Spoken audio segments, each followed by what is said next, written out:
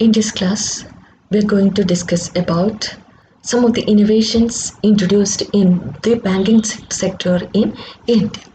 We know that as part of globalization and liberalization, a lot of changes were introduced in the banking sector in India. Many types of banking facilities have started in recent years, and many sections in the banks are undergoing changes or innovations in recent past. Some of the important changes or innovations that have taken place in banking sector in India is explained in the following sections. And the first one is the internet banking. The internet coverage, as we all know, has increased drastically in recent years, and this is termed as online banking, web banking, virtual banking, etc. This banking service allows its user to execute and perform in financial transaction service with the help of the internet. The banking facilities are provided traditionally at a local bank outlet, and these include bill payments, deposit of money, borrowing of money, and other services. But the internet banking services enables all these facilities with the help of internet. In India, ICICI Bank was the first bank to avail its customers the facility of internet banking. Second important innovation was the electronic fund transfer system. The retail fund transfer system introduced in late 1990s enabled an account holder of a bank to electronically transfer fund to another account holder with any other participating. And now we have systems like RTGS, NEFT, IMPS, etc. For the electronic fund transfer. Another one is mobile banking system. Here the medium of transactions will be through the mobile apps. The Reserve Bank brought out a set of operating guidelines on mobile banking for banks in October 2008, according to which only banks which are licensed and supervised in India and have a physical presence in India are permitted to offer mobile banking after obtaining necessary permission from the Reserve Bank. And here all the transactions will be done through the mobile app. Next, another important innovation is the core banking system.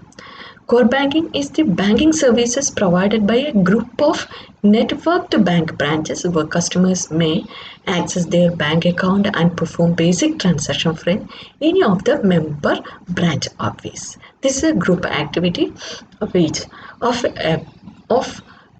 bank branches. All such activities commenced by a bank is called a core banking facility. And core means centralized online real-time exchange. Thus, the bank's branches can access applications from centralized data centers.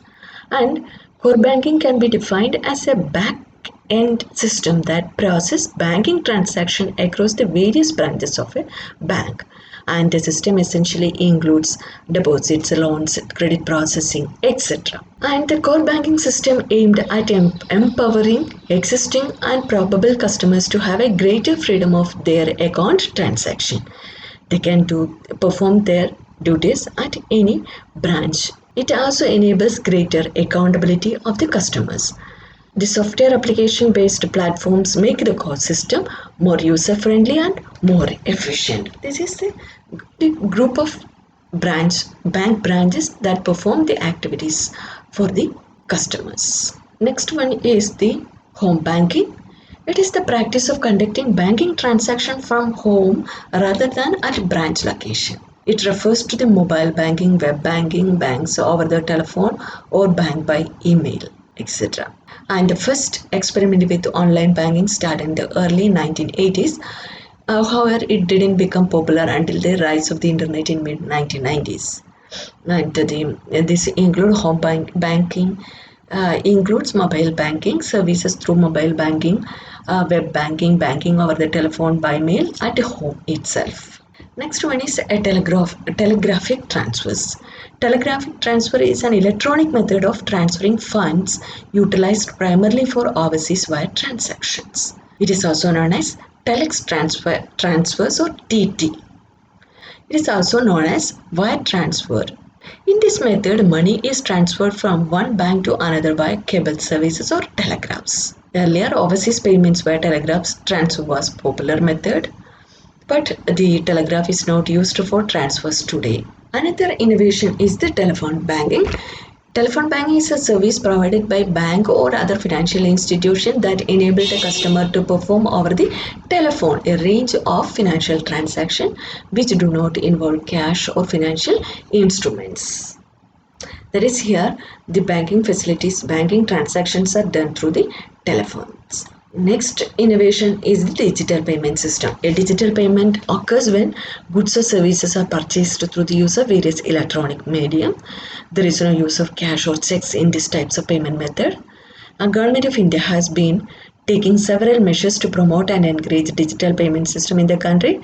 As part of the Digital India campaign, the government aims to create digitally empowered economy that is faceless, paperless and cashless. There are various types and modes of digital payment. Some of these include the use of debit card, credit card, internet banking, mobile wallet, digital payment apps, unified payment interface, unstructured supplementary user data USSD, bank prepaid cards, mobile banking, etc. These are some of the digital payment transactions. It is easy, more convenient, provide customers the flexibility to make payment from anywhere, anytime, etc. These are some of the important merits of the digital payments transactions. And especially after the demonetization, these digital payment transactions have increased. These are some of the important innovations introduced in the banking system. In accordance with that, so many other facilities were also introduced, and that types of facilities are explained in the following sector. The facilities introduced are real-time gross settlement, national electronic fund transfer, immediate payment system, etc. These are some of the important facilities introduced as part of the innovations in banking sector in India. The first one is the real-time gross settlement. It is a continuous and real-time settlement of fund transfers individually on a transaction by transaction basis without knitting. Real time means the processing of instruction at the time they are received. Gross settlement means the settlement of fund transfer considering that the fund settlement take place in the books of the Reserve Bank of India. The payments are final and irrevocable and the instructions occurs individually. In this real-time gross settlement, the transactions are processed continuously on a transaction by transaction basis throughout the RTGS business hours. RTGS is not a 24/7 system. It is a service window for customer transaction is available to the bank from 7 to 6 p.m. on a working day for the settlement at the RBI end. And the unique transaction reference number is a 22 character code used to uniquely identify a transaction in the RTGS system. That is here a 22 character code is used to uniquely 22 character code is used to uniquely identify a transaction in the RTGS system. This UTR number is for tracking the real-time gross settlement transaction. And the real-time gross settlement system is primarily meant for large value transaction. The minimum amount to be remitted through RTGS is 2 lakh with no upper or maximum ceiling. With effect from 1st July 2019, RBI has waived the processing charge levied by it for RTGS transaction. The banks may pass on the benefits to the customers.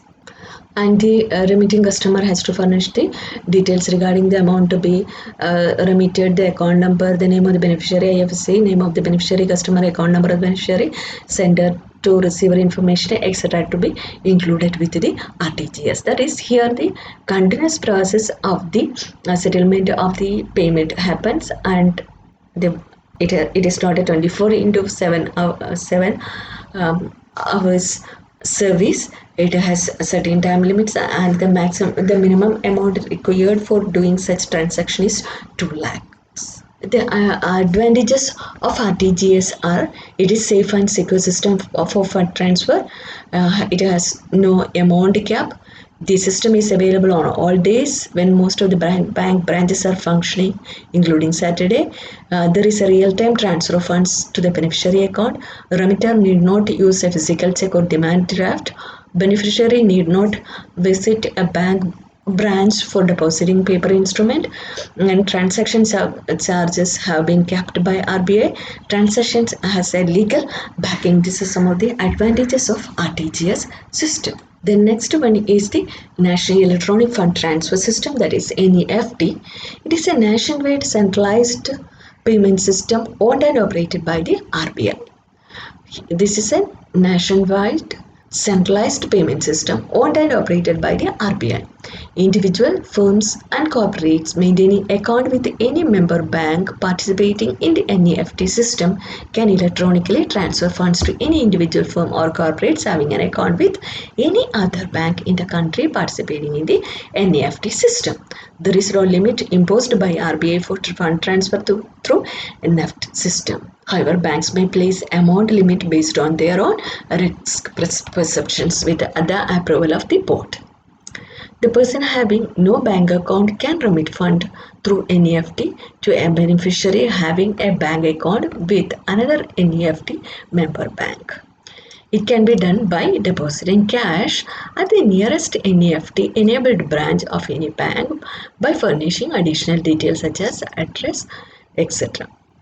But such cash remittance will, however, be restricted to a maximum of 50,000 rupee per transaction. Following are the following are the steps for NEFT transaction. First one, an individual firm or corporate willing to transfer funds through NEFT can use the internet mobile banking facility offered by his or her bank for initiating online fund transfer request. Second one, the originating bank prepares a message and sends the message to its pooling center, also called the NEFT service center. Third one, the pooling center forward the message to the NEFT clearing center operated by RBI to be included for the next available batch.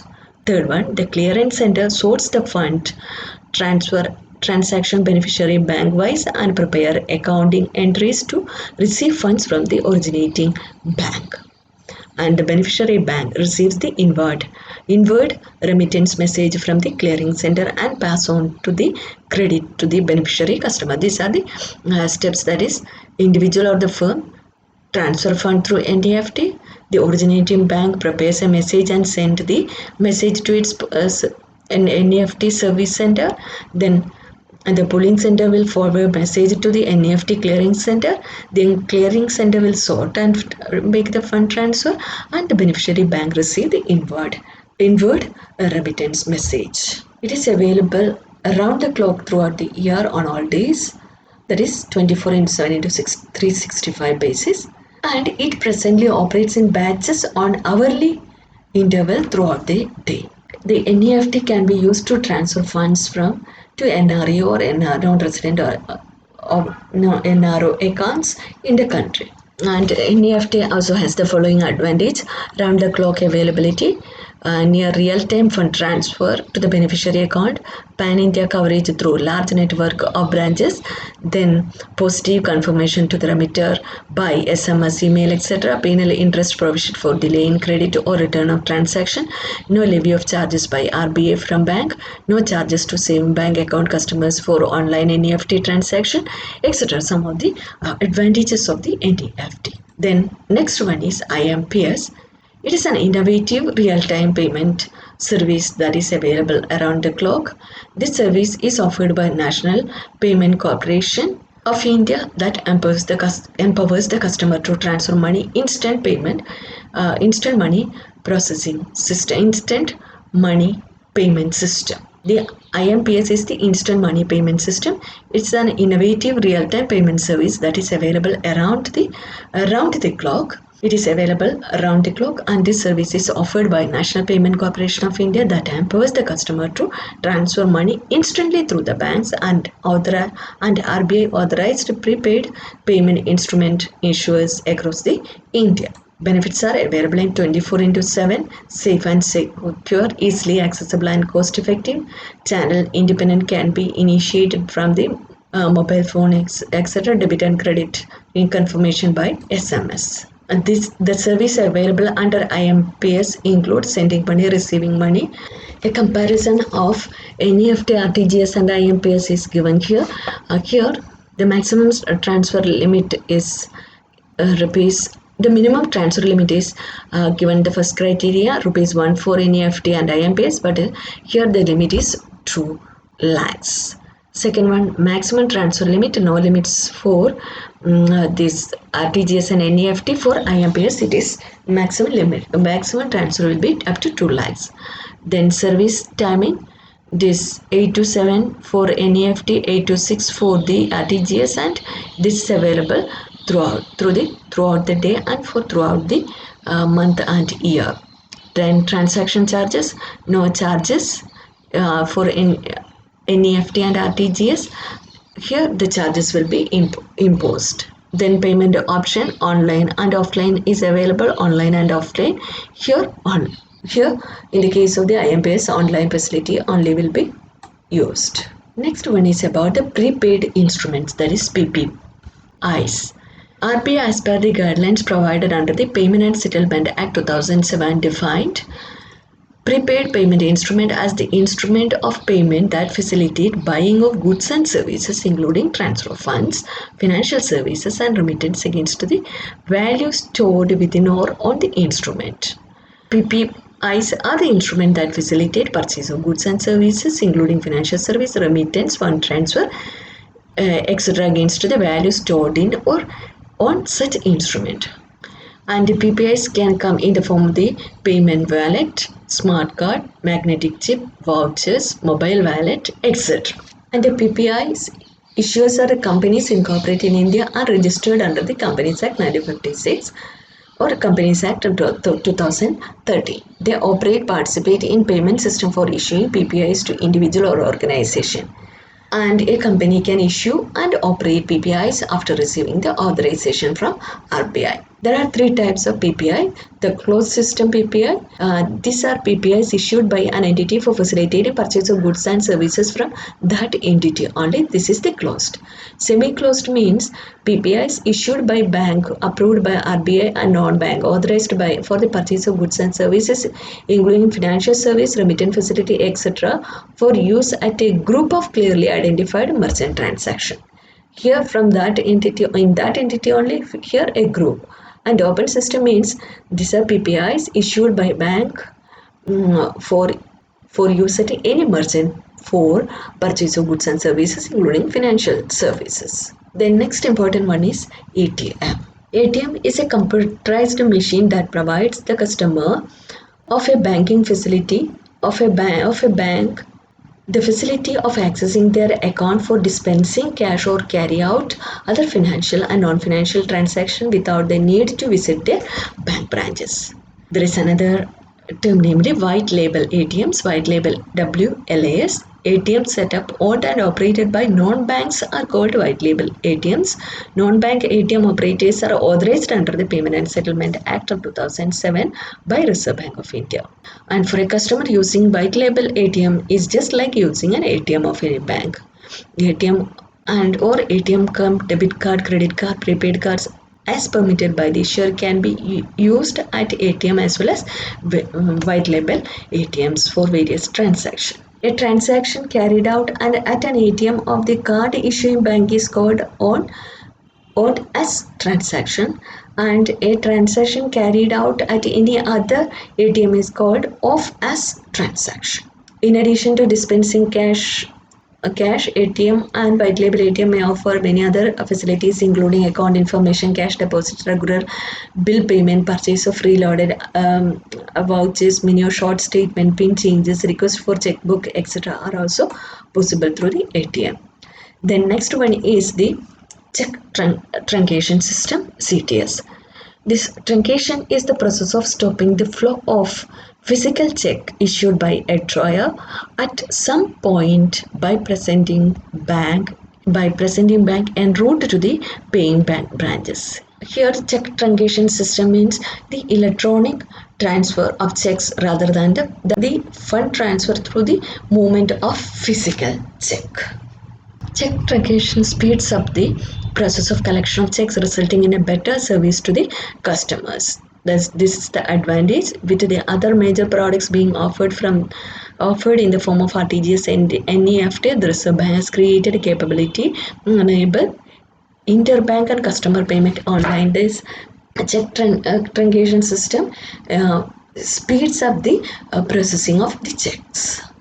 And the process of check truncation system is like this. The presenting bank or branch captures the data on MICR band and images of the check using their capture system, which is internal to them and have to meet the specification standard prescribed for the data imaging. In order to ensure security, safety, and repudiation of the data or image, end-to-end public key infrastructure has been implemented in CTS. As part of the requirements, the collecting bank, presenting bank, sends the data and captured images duly signed digitally and encrypted to the central processing location clearinghouse for the onward transmission to the paying bank. And the clearinghouse process the data, arrives at the settlement figures and route the images and requisite data to the paying bank. The paying bank's clearinghouse also generates the return file for unpaid instruments. The clearing cycle is treated as complete once the presentation, clearing, and the associated return clearing sessions are successfully processed. The benefits of check truncation systems include shorter clearing cycle, superior verification and reconciliation process, no geographical restriction, operational efficiency, reduction in operational risk, no collection charges for collection of checks, etc. are the benefits of the CTS. Next important innovation in banking sector is the introduction of MICR code. This is for the faster transaction of check or for the check clearance. MICR code is the magnetic ink character recognition code. It is the MICR code. It is a code printed on the check using MICR. This enables identification of the check and which in turn means faster processing. That is, this code is used for identifying the check. An MICR code is a 9-digit code that uniquely identifies the bank and branch participating in an electronic clearing system. That is, it is a 9-digit code and it enables to identify the bank as well as the branch participating in electronic clearing system. And this 9-digit code comprises of 3 parts. The first 3 digit represents the city code. They are aligned with the pin code and they are aligned with the pin code used for the postal address. Next 3 digit represents the bank code and the last 3 represents the branch code. This is the 9 digital code. This is for identifying the bank as well as the branch. The MICR code is located on the bottom of the check leaf. Next to the check number, we can find printed on the first page of the bank saving account book also. We can also find this on the first page of the saving account passbook also. We are required to mention the MICR code while filing up various financial transaction forms such as investment form, SIP forms, etc. for the transferring of the funds. MICR, as we have seen, stands for the magnetic ink character recognition. This can be found in all the checks at the bottom of the line, which is known as MICR band. This code can be used for international transactions as well. And this is used for enhancing the security in transaction. MICR is very old system used for ensuring the safety and security of negotiable instrument to facilitate the processing of the check. It contains the details of the check such as serial number, 9-digit number, the first 3, the descriptions we have already described. And the code was introduced by the RBI to make National Electronic Fund Transfer quick and efficient. And it is written on this special magnetic ink. Thus, the fraud cases can be easily determined through check done by the magnetic scanner.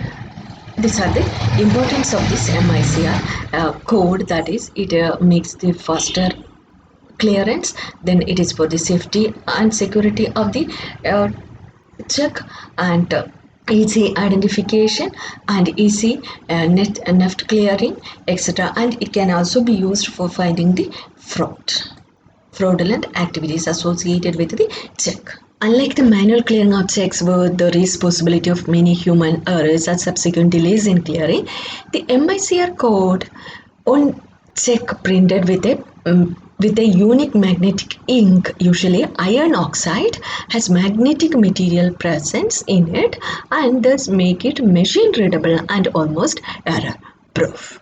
Under this method, the reading machine or the check sorting machine reads through a check when inserted and identifies the branch the check belongs to and activates the automation clearing process. The MICR code is also the MICR code is so clear and fine that a machine would read it, even if the MICR code is not visible due to other marks or stamps on it. According to Reserve Bank of India report, all bank branches will be enabled with the MICR code. Also, the RBI intends to reduce the paper-based clearing process by introducing MICR check processing centers that will process over 95% of volume and value of the check processing in the country. And these are the mechanisms of the MICR code. The next important innovation in the banking field is the introduction of Indian Financial System Code, IFSC code. That is, so far we have explained the MICR code. This for the faster clearing of the check. Next we will see the Indian Financial System Code, IFSC code. What is the relevance of this code?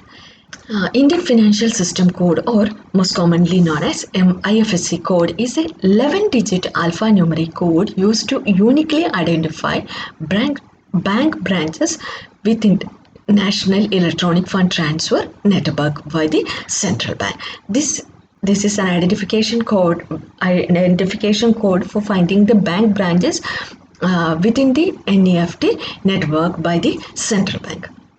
It is used by electronic payment system applications such as RTGS, NEFT, CFMS, etc. This code is mandatory for fund transfer from one bank account to another. Every bank branches will have a unique code, and no two branches, even of the same bank, will ever be the same. That is, every bank branches will have a unique code.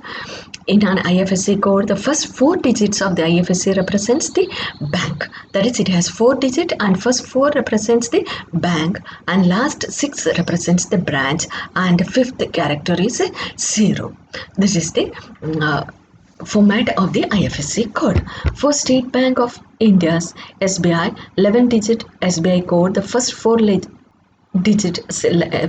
letter will be SBIN, and last 6 digit will represent the specific branch code, for example. And there some of the merits of this or the importance of IFSC code is given here.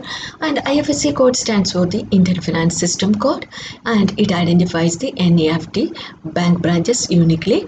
This code is used by the electronic payment system applications such as RTGS, its CFMS, etc. To transfer fund, one need to know the IFS code so that the beneficiary gets the fund directly in his account.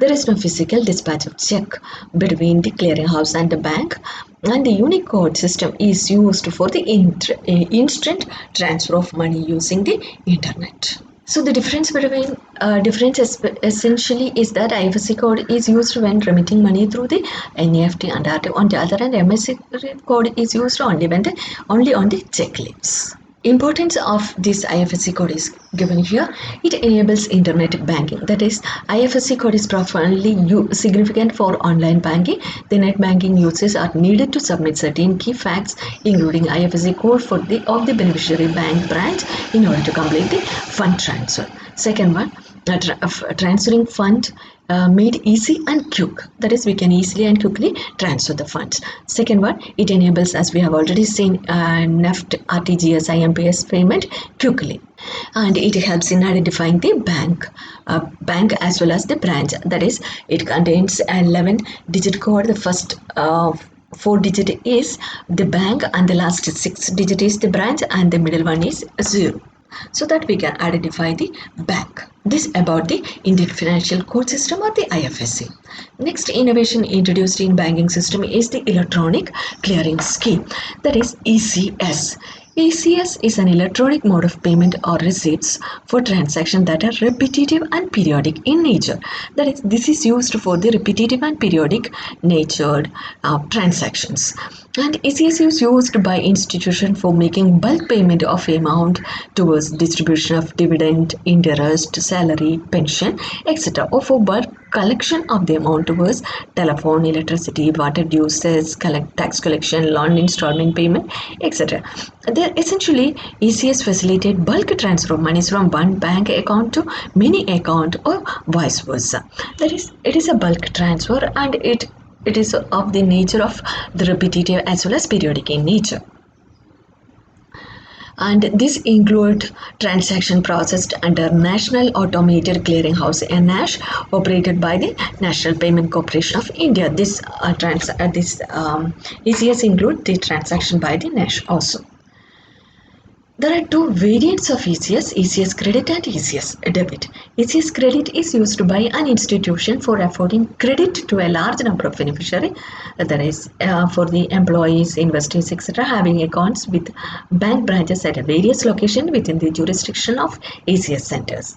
Then ECS debit is used by an institution for raising debits to a large number of accounts, for instance consumers of the utility service, borrowers, investors of mutual fund, etc., maintained with bank branches at various locations within the jurisdiction of the ECS. Now that is, here it is used to credit and here is this used for debiting the amount. Then, and based on the geographical location of the branches, there are three broad categories of ECS schemes, namely local ECS, namely the local ECS. This is operating at 81 centers or location across the country. Second one is the regional ECS, operating at 9 centers or location at various parts of the country. And national ECS, this is the centralized version of ECS credit which was launched on October 2008. This is based on the regional, that is local, regional and national ECS.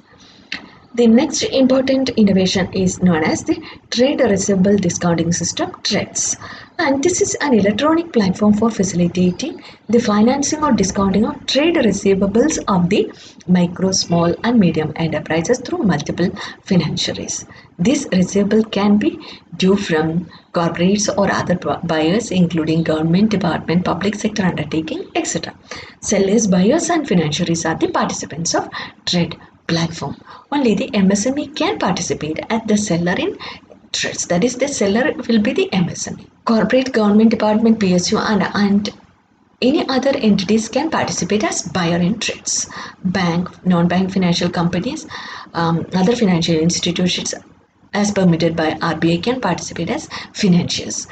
That is, it includes the buyers, sellers as well as the financiers. These are the three components and this is mainly used by the MSME as the seller. Next innovation is the card transaction. Card can be classified on the basis of their issuance, usage and payment by the card holders. There are 4 types of the card: debit card, credit card, prepaid card and electronic card. Then debit card, as we have already discussed, are issued by the banks and are linked to the bank account. Credit cards are generally issued by banks and a couple of non-banks, but can be issued by other approved, but can also be issued by other approved entities. Prepaid cards are issued by banks or non-bank against the value paid in advance by the cardholders and stored in such card and can be issued in the form of the card or the wallet. These are the card transaction. The debit card can be used to withdraw cash from ATM, purchase of goods and services at point of sale, terminal or e-commerce, etc. While they can be used domestically, the international usage is also allowed if requested by the holder of the card. They can also be used for domestic fund transfer from one person to another subject to the prescribed limits and condition. This is about the debit card. We all know about the debit card. Second one is the credit card. Can be used for the purchase of goods and services at point of sale terminal or e-commerce. This card can be used domestically and internationally. These cards can also be used to withdraw cash from the ATMs and for transferring funds to the bank account. Debit card use credit cards and prepaid card within the country subject to the prescribed limit and condition. The usage of prepaid card depends on who is the issuer of such card. Prepaid cards can be open or semi-closed in nature and can be used to withdraw cash from ATM, purchase of goods and services at points of sale terminals, e-commerce, or for domestic fund transfer from one person to another subject to prescribed limits and condition. While open system prepaid cards are issued by bank, semi-closed system prepaid cards can be issued by banks and non-bank entities. This is about the prepaid card system. The electronic cards are the fourth category, can be considered as a debit card issued in specific overdraft account that are in the nature of personal loans without any specific end user restriction.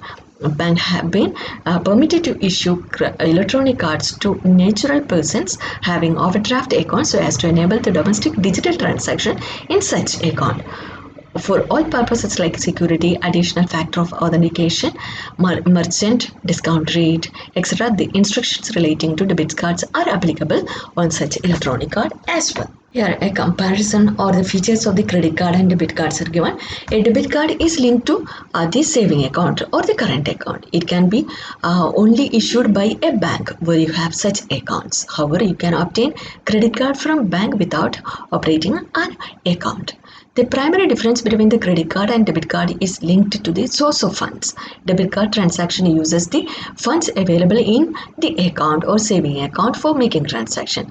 The amount is debited from your account on a real-time basis. When you use a credit card, the immediate payment is made by the card issuing company. That is, the immediate payment is made by the issuing company. The transaction made is similar to a loan given to the issuer. The credit card holder has to repay the amount to the credit card issuer at a later date. That is, in the case of the credit card, the immediate payment is made by the issuing company or bank, and later on it will be deducted from the account. A debit card only allows the access to the amount available in the current or saving account. That is, we can withdraw or we can make a transaction up to the amount available. We can make the transaction up to the amount available in the bank account. But in the case of the credit card holders can access the funds up to the pre-approved credit limits. Usually high credit limit is offered to those with a high credit score. In case of debit card, the funds are debited on a real-time basis. No interest is payable. In contrast, the delay in payment of credit card amount attractions and credit card, and it has interest also. Since we do not need to take money on credit on debit card, there is no repayment required. That is, in the case of the debit card repayment, we can avail the fund up to our limit, up to the amount available in the account only. So there is no scope for the repayment. Her credit card holder must repay the outstanding amount either through the revolving credit, paying the minimum due amount, or paying more than the minimum due amount on the credit card. The credit card, you have to pay an annual maintenance fee along with joining fee depending upon the bank and processing fee. While you must also pay the same fee to continue using the credit card, you may also incur late payment fee, repayment penalty, forced disclosure charges, etc. A comparison of the credit card and debit card is given here. Deduct money directly, in the case of the debit card, deduct money directly from the account or your current account, saving account or current account. But in the case of the credit card, it allows you to borrow funds to repay for goods and services. But that is, we can use the credit card to borrow funds from the issuer. Second one, And the source of fund of the debit card is the saving bank or current account. In case of the credit card, the credit extended to by the card issuer or by the concerned issuing institution. And the third one is, in the case of the debit card, you can only spend how much you have in the account, whereas in the case of the credit card we can spend more than what we have in the account. And next one, in the case of the debit card, the card holder has to pay the amount, but in the case of the credit card you get a bill of statement each month with the details of the transaction you have made, and we have to make the payment accordingly. In the case of the debit card there is no bill, but in the case of the debit card, it is the account holder who pays the amount, but in the case of the debit card, it is paid by the company. In the case of the debit card, we will not get any types of the bill, but in the case of the credit card, the bank will or the issuer will give the monthly statement. And the payment, there is no payment that needs to be made about the debit card, since it is deducted from the amount available in the bank. But in the case of the credit card, all a bill needs to be paid each month. Fees and charges, annual fees and PIN generation fees are applicable. The credit cards have multiple fees applicable. And in the case of the debit cards, there is no interest charged, and in the case of the credit card we know that the interest will be charged. And in the case of the debit cards, we can access any amount up to what is currently available in the account. But in the case of the credit card, you can use the credit card only up to the present credit limit. In the case of the debit card, the rewards you get are minimal, whereas in the case of the credit cards, the rewards they offer will be higher. In the case of the debit card, it doesn't come with any privilege, but the credit card holders have special privileges. Another one, protection from the theft or the loss of the card is minimal, whereas the most of the credit card holders 100% protection liability. Advantages of the debit card and credit cards. Advantages and disadvantages of debit card and credit cards are given here. First one, there is no debt involved, since we are paying our own money. It is cheaper to use since there are no interest charge involved. It serves as an ATM card as well. You can use it, withdraw money from the ATM. Approval for debit card is easier, faster, and doesn't help build a credit history. And the disadvantage is that you don't have the ability to leave the disposable cash in your account, since money is directly debited. It can complicate the balancing your passbook at the end of the month. There is very little protection when it comes to the debit card fraud. Advantages of the credit cards are given. Credit cards are extremely convenient and prevent from having to carry cash with you. Credit cards helps you build your own credit scores. The reward you earn are much higher than those the debit card, and they provide you with the flexibility when it comes to the spending, since they comes with a relatively high credit limit. Disadvantages: if you do not pay your bill on time or in full, you are charged a high rate of interest. Credit cards have a multiple fees. Missing a payment could end up adversely affecting your credit score. While there is a credit limit, you could always be tempted to spend more than what you have. This leads to a debt. Electronic fund transfer. Next one is electronic fund transfer. In the electronic fund transfer is a system of transferring money from one bank account directly to another without any paper money changing.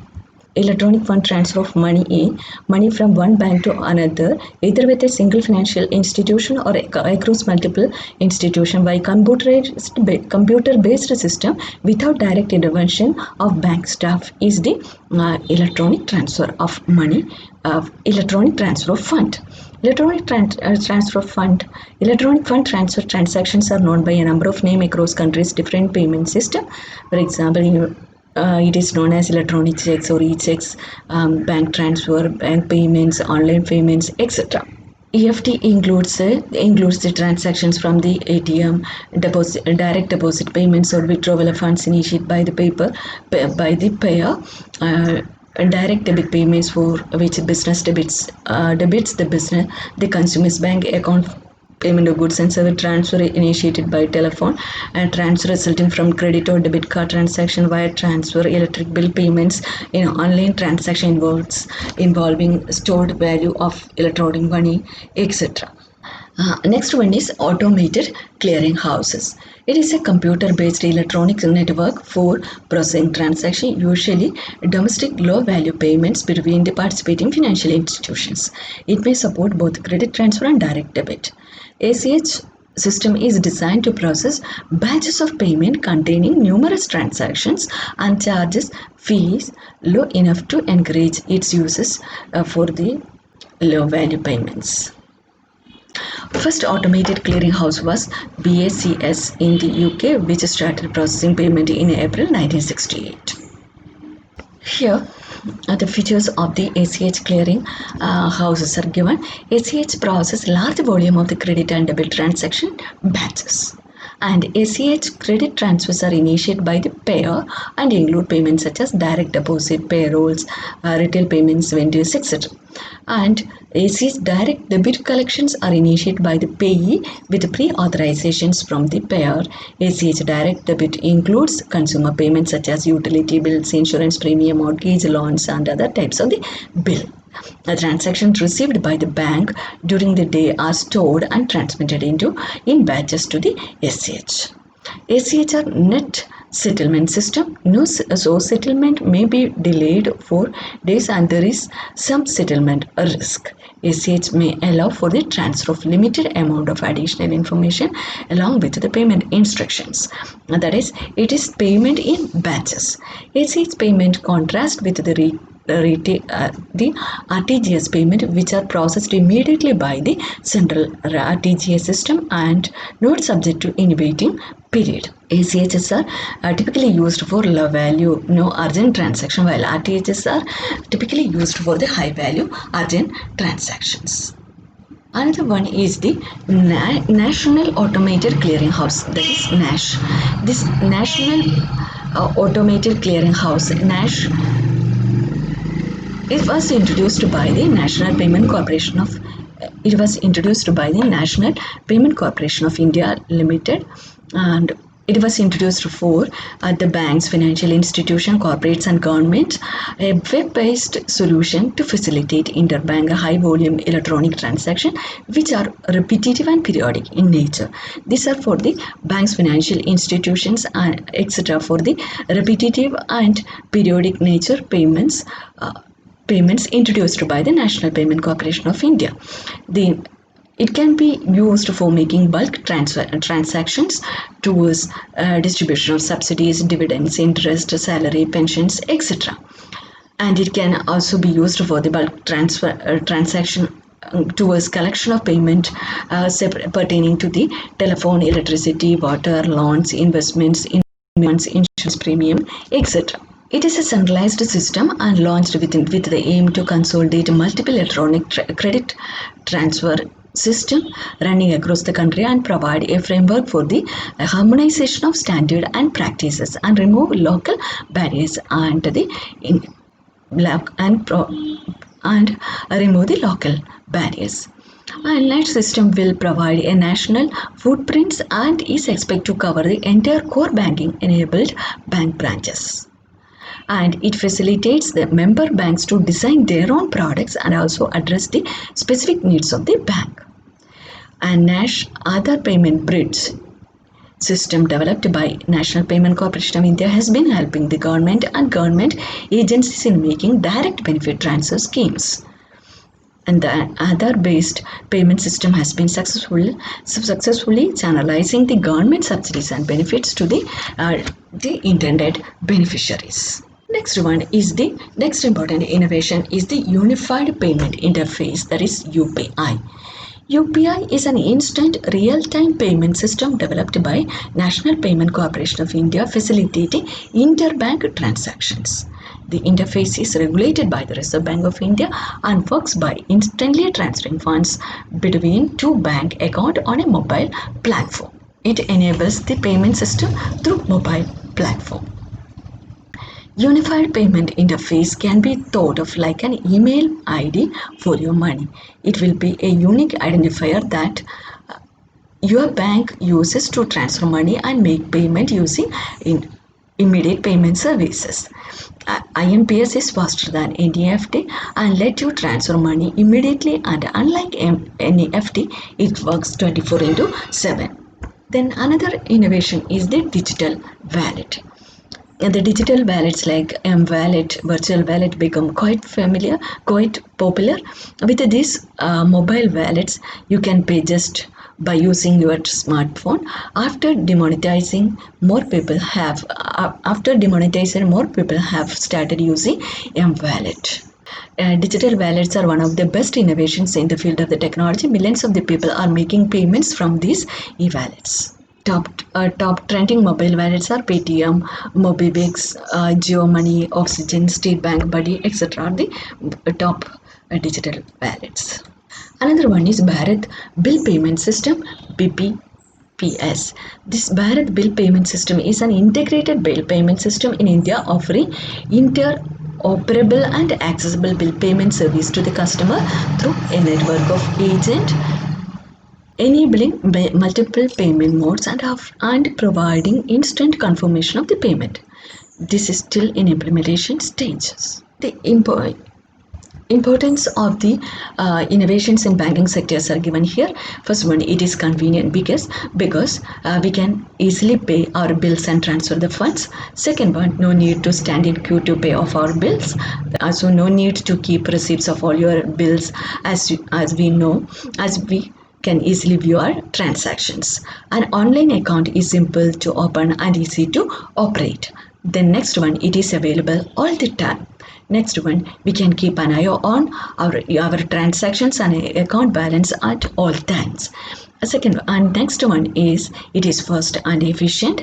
Then another one, we can know about the fraudulent activity and threat to our account easily and fastly. Then it is a great medium for the banks to endorse their products and services.